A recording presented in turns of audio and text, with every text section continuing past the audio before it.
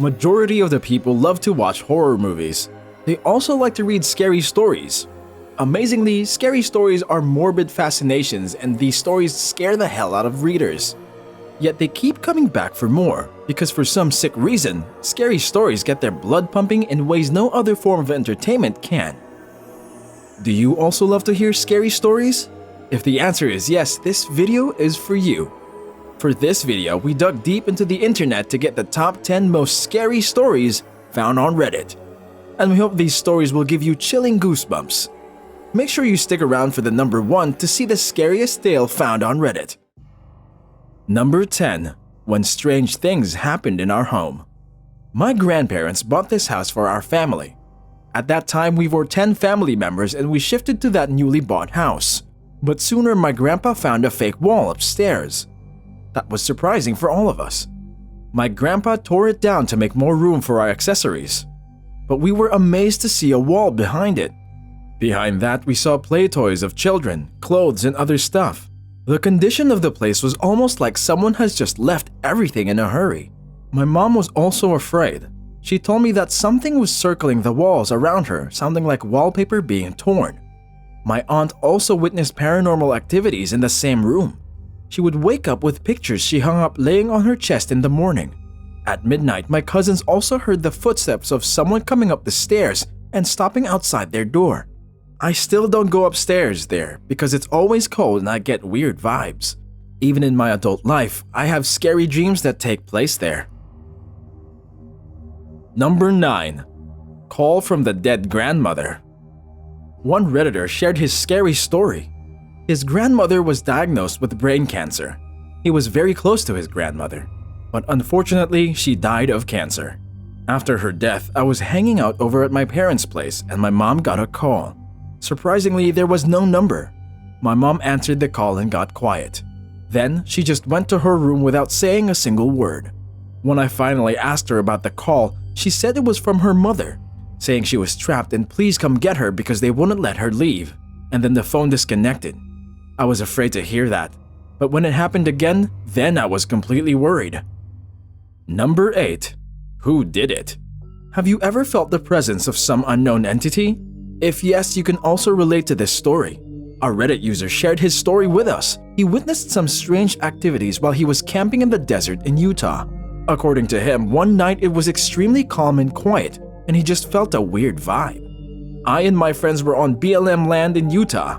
We put out the fire and laid our bags out.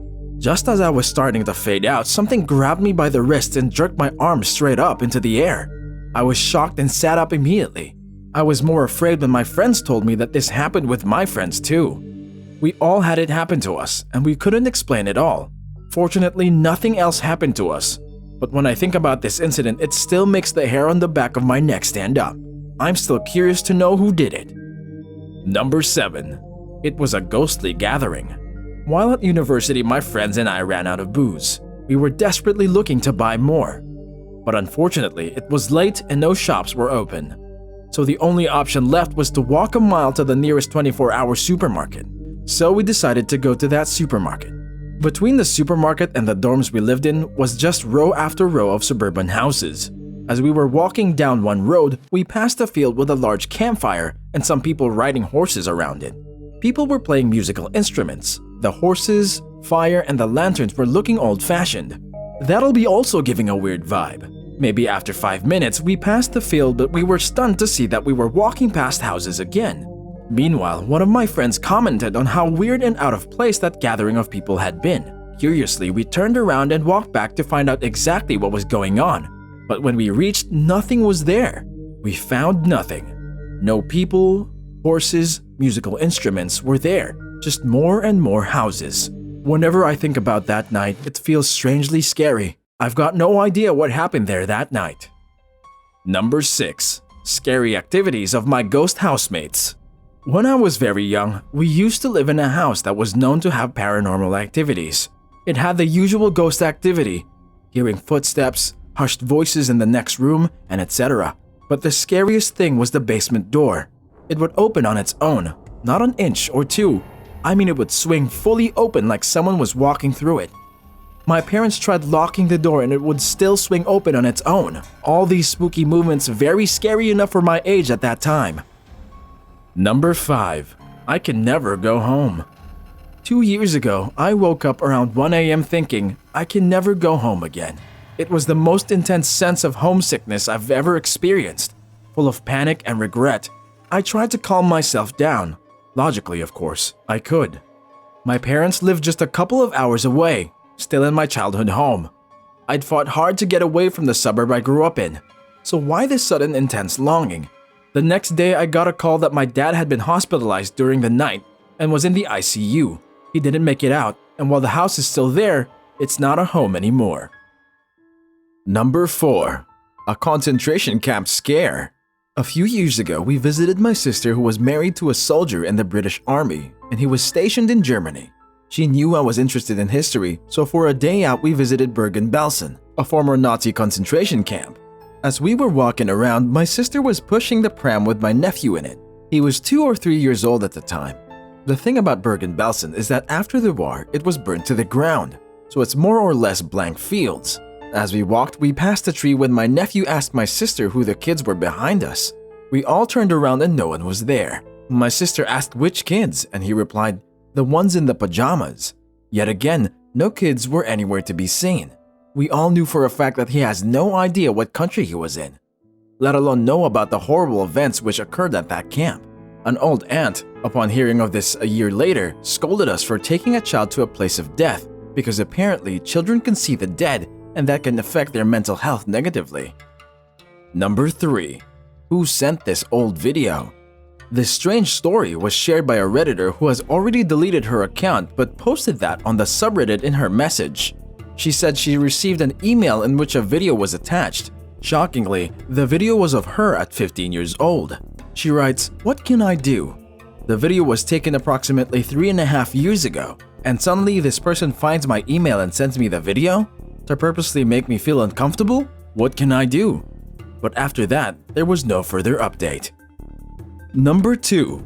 The Tale of the Disappearing Hostel. This one is from username Safety Break. Recently, a friend and I stayed in the Amazon jungle near Iquitos, Peru, on a camping trip. After 5 days out in the wild, I was ready for a nice warm shower and a good night's sleep in a decent bed. This hostel was a set of floating buildings right on the river. We decided to go for dinner out in the city. It started to rain incredibly hard. I have never seen rain come down harder than this. We waited it out for a couple hours and enjoyed a few beers. Once it stopped, we went back to find out that our hostel had dislodged from its anchor and floated out pretty far down the river. The only remaining building was the reception office. I guess the hostel owner didn't see us leave for dinner. They thought that we were in our rooms and called the police to go pick us up. When they didn't find us in our room, they started to search the river with spotlights at every boat they could spare. Needless to say, the police and hostel owner were relieved to see us walk up completely dry and alive. Number 1. Let's just turn the bed around. 4 years ago, I used to live in a very large farmhouse named Old Boys Home. That farmhouse was divided into 2 apartments. The residents of this house were having some behavioral issues. It was closed due to allegations of molestation. When I moved to this house, I was living with my boyfriend and 3-year-old daughter. One night around 1 a.m., I heard a small voice saying, "Mom, Mom, Mommy." I sat up in the bed but didn't see anything. So I reached over to my boyfriend trying to grab my daughter and put her in our bed. I kept feeling around and I was still hearing the voice but I couldn't feel her. My boyfriend woke up and turned the bedside lamp and asking me, "What the hell are you doing?" I explained that Amelia was trying to get in our bed and I was trying to reach for her. There was nobody there. After that, these things started happening continuously. Then the next night, my dog started whimpering. I also felt warmth in my bed but no one was there. I was afraid after all this. Then I moved my bed to another side of the room and never had another incident. Which of these stories scared you the most? Do you have scary stories to tell? Let us know in the comments. Please like, share, and subscribe for more amazing videos.